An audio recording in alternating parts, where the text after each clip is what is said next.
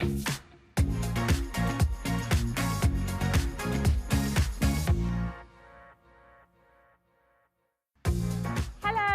welcome to Qatar 365, the show that offers a fresh outlook on Doha and the local neighbourhood with me, Miranda Atti. This episode is all about ambition, creativity and innovation as we meet some young entrepreneurs set to make their mark during the World Cup and beyond. Braille entertainment platform Bonacle offers new access to digital content. We visit an innovation hub inspiring tech businesses, and we explore the legacy of reality edutainment show, Stars of Science. Accessibility is an important factor when it comes to organising any big event, and the World Cup is no different. Here in Qatar, one local startups ensuring digital content is being made readily available for visually impaired fans. Adil Halim met the team at Bonacle to learn more. Video games can be challenging for all sorts of reasons, and even more so if you're visually impaired. For Akrami Ahmed, a new device has taken gaming to another level. This completely changes the equation. I mean, it's so tiny, it's so small, like you can carry it around. This is revolutionary in my opinion. However, it comes, to be honest, with a learning curve. Based inside Qatar Science and Technology Park, Bonacle is the brainchild of two engineering students who developed a Braille entertainment platform by chance. Abdul Razak Ali broke his hand in a car accident and sought help from the school's Special Needs Center. That's where we got to interact with the blind community more. How do they use technology? Do they use Instagram? How do they use WhatsApp? How do they get access to the study material and paperwork? We went through the struggle they went through every day, whether getting access to the content and struggling to get some volunteers to write it in an accessible format before even studying. As with many startups, the founders of Bonacle tried and tested several different handheld devices like this stylus, a tablet, even a glove, before finally settling on this computer mouse-like prototype. Bonacle's assistive technology gives smartphone users a chance to learn and read Braille, as well as access to a wide range of digital content, from books to games. The creative team told Qatar 365 that until now, Braille technology was either very expensive, bulky, or unreliable, thus widening the divide between the blind community and their sighted peers, until now. Co-founder Rami Solomon says that's something that shouldn't exist in the 21st century. It was always a shock to us that they were always segregated.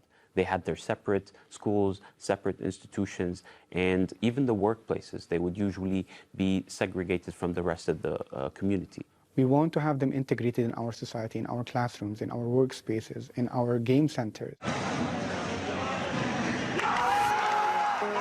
This esports tournament recently tested Bonacle's abilities.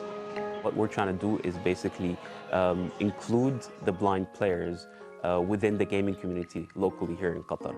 Ahmed says it felt great to play amongst the larger community. It's the true meaning of integration, like to take part of the main street events and to actually get engaged with the real gamers. So yes, it's definitely fun, and I'm truly looking forward to see what more can be done with this tiny little device. There have been challenges along the way for Bonacle, including trying to manufacture a new product during a pandemic. However, the team received a massive sign of confidence in the technology and has been tasked with converting digital content into Braille during the upcoming World Cup. Back at QSTP, Ahmed, who is a Braille teacher, can envision the day Bonacle becomes a regular part of a blind person's daily routine. The challenges we face here in Qatar are being faced by the blind community all over the world. We're looking ahead for the future. We're looking for more improvements, for more inclusion in the society. And he believes the accessibility gap will continue to close with more technological advancements, leveling the playing field. Someone who is extremely familiar with what it takes to be a successful entrepreneur is Haifa Al Abdullah, Innovation Director at QSTP.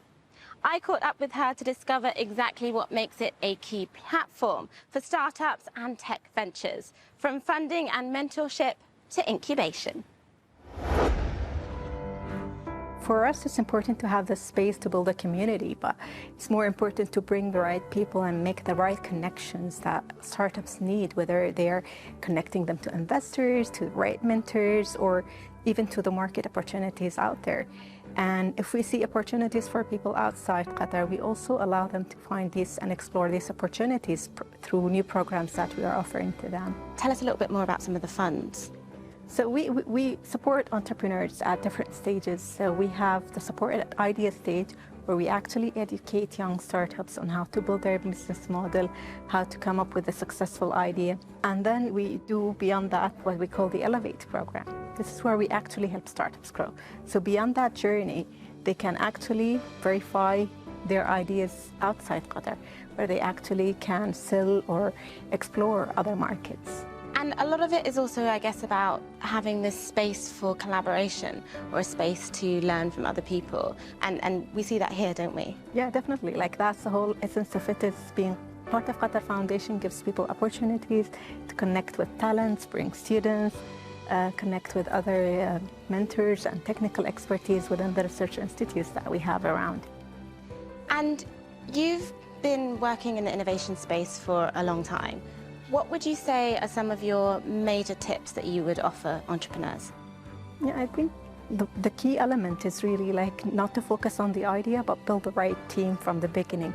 Make sure that you choose the right people before choosing the right idea. Like, you have to really make sure that you as a person have the capacity to lead a startup, and that you bring together with you the right people, because that's going to help you. It's a tough journey, and if you have people with you, I would see that you're more likely to succeed. And I've seen it with a lot of startups. Like, walking alone in that journey is not that easy, so find a partner. But that's not all. QSTP is also the setting for Qatar Foundation's long-running reality TV edutainment show, Stars of Science, which sees Arab inventors compete to be crowned top innovator. But what happens to the entrepreneurs after their season ends? Well, we caught up with a couple of alumni to find out what they're working on now. Khalid Abu Jassem didn't just compete on Stars of Science. In 2012, he went on to win the 12-week competition.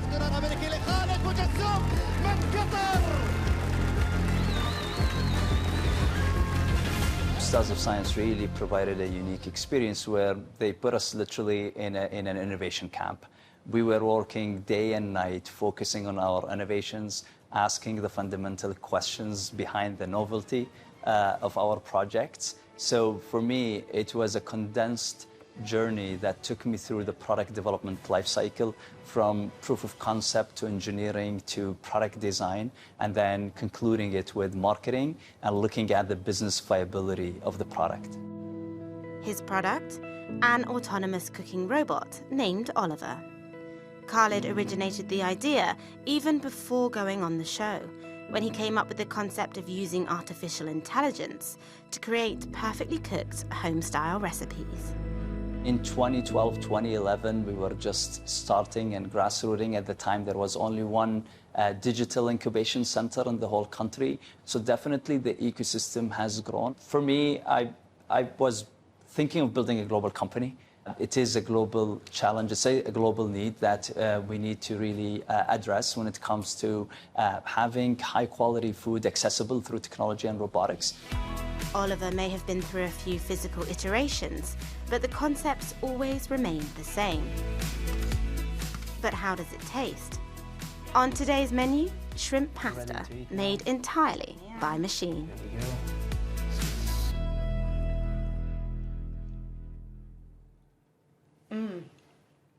That is absolutely delicious.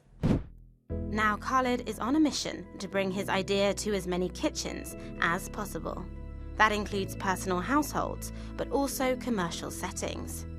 Eventually, the plan would be to have an Oliver fleet of automated chefs for restaurants, catering, and even offshore rigs and boats. Majid Labadidi competed on Stars of Science's 3rd season. Now the CEO of Rawi Al Kotob, an Arabic audio content provider, Majid has managed a number of businesses. For him, being an entrepreneur is all about mindset. So the hardest thing being an entrepreneur is like keeping your enthusiasm levels up. Because one day is amazing, the second day is like bumps falling down from the sky. It's like waiting for an investor to call back or a message from a client. It's never going to be stable. So keeping your discipline always on top, being always passionate about what you have is very hard. But eventually things will go back to track. So that's what I learned. It's like you have to be patient, you have to be disciplined, and things will pay off. More than a decade after appearing on the program, Majid now passes on some of the things he's learned to new contestants. So every year the Stars of Science family grow. And every year I have a chance to actually go and meet the other newcomers, the new stars that's actually building their new ideas, brilliant ideas. And I see like the passion in their eyes, like learning from the other experience. And this is where we'll love to be part of their, like a new journey. Stars of Science aims to drive interest in science and innovation. But more than that, the show also fosters an entrepreneurial ecosystem in the region, one that extends long beyond the 12 weeks of the competition.